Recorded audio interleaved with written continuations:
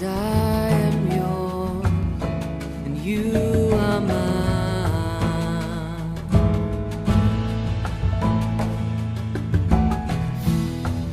'Cause I am yours, you are mine. You are mine.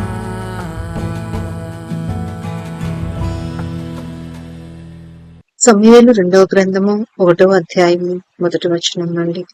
దావీదు అమాలేకీలను హతం చేసి తిరిగి వచ్చెను. సౌలు మృతునందిన తర్వాత అతడు సిగ్లగులో 2 దినములుండెను. 3వ దినమున బట్టలు చింపుకొని తల మీద బుగ్గి పోసుకొనిన ఒకడు సౌలు నొద్దనున్న దండులో నుండి వచ్చెను. అతడు దావీదును దర్శించి నేలను సాగిలపడి నమస్కారం చేయగా, దావీదు నువ్వెక్కడి నుండి వచ్చితివని అడిగెను. అందుకు వాడు, ఇజ్రాయేలీల సైన్యంలో నుండి నేను తప్పించుకొని వచ్చితులనెను.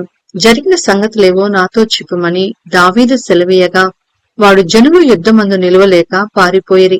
అనేకులు పడిచచ్చిరి.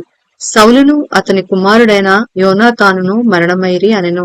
సౌలును అతని కుమారుడైన యోనాతానును మరణమైరని నీకెలాగు తెలిసినది అని దావీదు వానిని అడగగా, వాడిట్లనెను, గిల్బోవ పర్వతములకు నేను అకస్మాత్తుగా వచ్చినప్పుడు సౌలు తన ఈటి మీద ఆనుకొని ఉండెను. అతడు రథములను రౌతులను తనను వెనువెంట తగులుచుండుట చూచి వెనుక తిరిగి నన్ను కనుగొని పిలిచెను. అందుకు చిత్తము నా ఏలినవాడా అని నేనంటిని. నేనెవడవని అతడు నన్ను అడుగగా, నేను అమాలేకీయునని చెప్పితిని. అతడు, నా ప్రాణం ఇంకా నాలో ఉన్నది కాని తల త్రిప్పు చేత నేను బహు బాధపడుచున్నాను.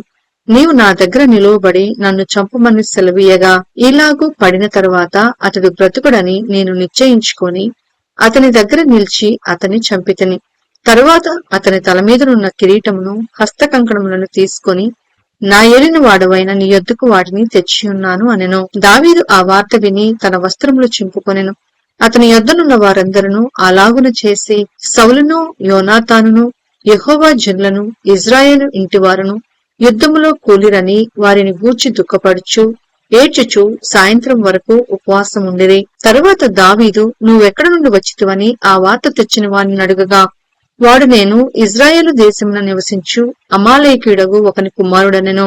అందుకు దావీదు, భయపడక యెహోవా అభిషేకించిన వాణ్ణి చంపుటకు నీవేలా అతని మీద చెయ్యి ఎత్తితివి? యెహోవా అభిషేకించిన వానిని నేను చంపితినని నీవు చెప్పితివే. నీ నోటి మాటయే నీ మీద సాక్ష్యము గనుక నీ ప్రాణమునకు నీవే ఉత్తరవాదివని వానితో చెప్పి తన వారిలో ఒకరిని పిలిచి నీవు పోయి వాణ్ణి చంపుమనగా అతడు వానిని కొట్టి చంపెను. యూదా వారికి అభ్యాసము చేయవలనని దావీదు సౌలును గూర్చియు అతని కుమారుడైన యోనాతానును గూర్చియు ధనుర్గీతం ఒకటి చేసి దానిని బట్టి విలాపము సలిపెను. అది యాషారు గ్రంథమందు లిఖింపబడి ఉన్నది.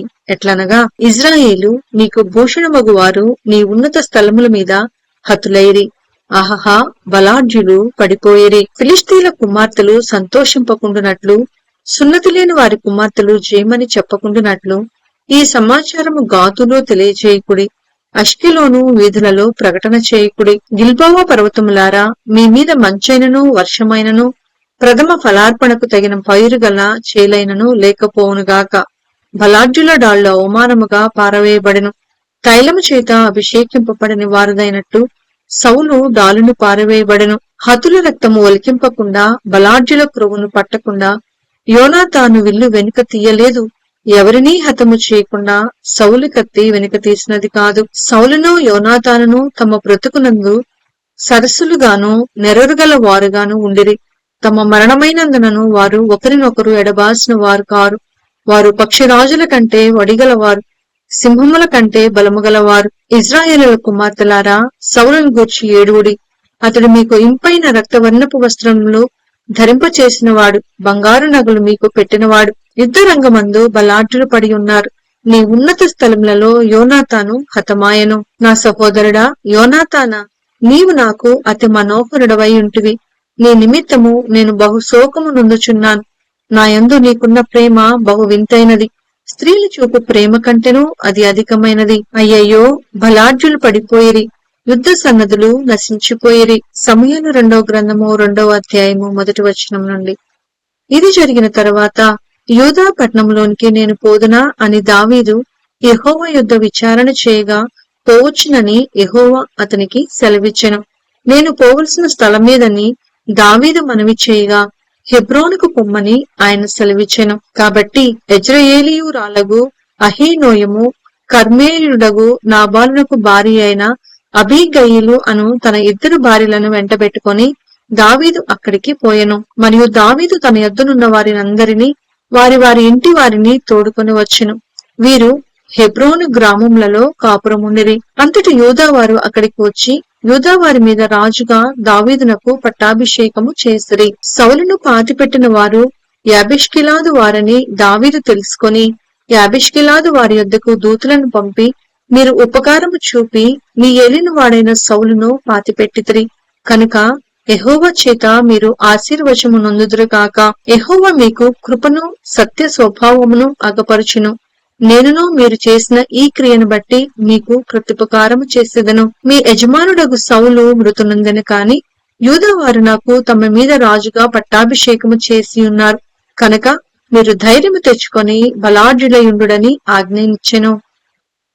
నేరు కుమారుడగు అబ్నేరు అను సౌలు యొక్క సైన్యాధిపతి సౌలు కుమారుడగు ఇష్బోషెతును మహానయమునకు తోడుకొని పోయి గిలాది వారి మీదను ఆషేరీయుల మీదను యెజ్రెయేలు మీదను ఎఫ్రాయిముల మీదను బెన్యామీయుల మీదను ఇజ్రాయేలు వారి మీదను రాజుగా అతనికి పట్టాభిషేకము చేసెను. సౌలు కుమారుడగు ఇష్బోషెతు 40 ఏండ్ల వాడై ఏలనారంభించి 2 సంవత్సరములు పరిపాలించెను.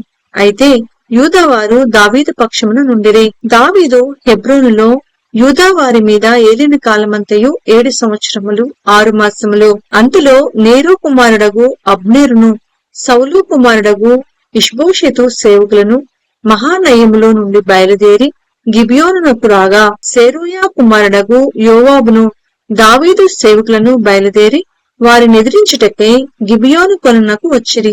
వీరు కొలనునకు ఈ తట్టునను వారు కొలనునకు ఆ తట్టునను దిగియుండగా అబ్నేరు లేచి మన ఎదుట యవనులు మల్లచేష్టలు చేయుదురా అని యోవాబుతో అనగా యోవాబు వారు చేయవచ్చుననెను. లెక్కకు సరిగా సౌలు కుమారుడగు ఇష్బోషెతు సంబంధులైన 12 మంది బెన్యామీయులను దావీదు సేవకులలో 12 మందియును లేచి మధ్య నిలిచిరి. ఒక్కొక్కడు తన దగ్గరనున్న వారి తల పట్టుకొని వాని ప్రక్కన కత్తి పొడవగా అందరూ తటాలున పడిరి. అందువలన ఎల్కెతహున్ సూరీం అని ఆ స్థలమున పేరు పెట్టబడెను.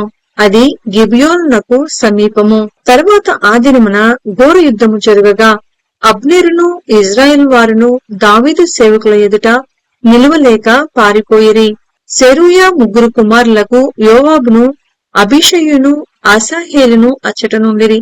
ఆసాహేలు అడవిలేడి అంత తేలికగా పరిగెత్తగలవాడు కనుక అతడు కుడి తట్టైనను ఎడమ తట్టైనను తిరగక అబ్నేరును తరుముచుండగా అబ్నేరు వెనుకకు తిరిగి నీవు ఆసాహేలువా అని అతనిని అడుగగా అతడు నేను ఆసాహేలునే అనెను. నీవు కుడికైనను ఎడమకైనను తిరిగి యవనస్తులలో ఒకరిని కలుసుకొని వాని ఆయుధములను పట్టుకొమ్ము అని అబ్నేరు అతనితో చెప్పినను.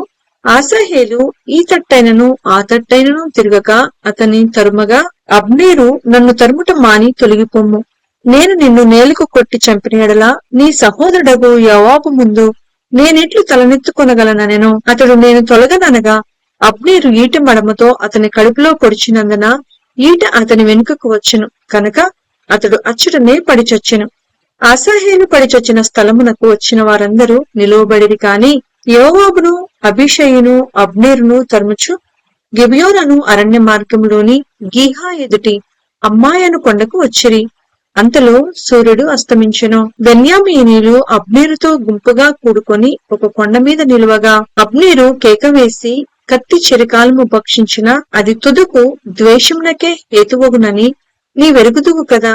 తమ సహోదరులను తరమవద్దని నీవెంతవరకు జనులకు ఆజ్ఞయ్యకయుందువని యోవాబుతో అనెను.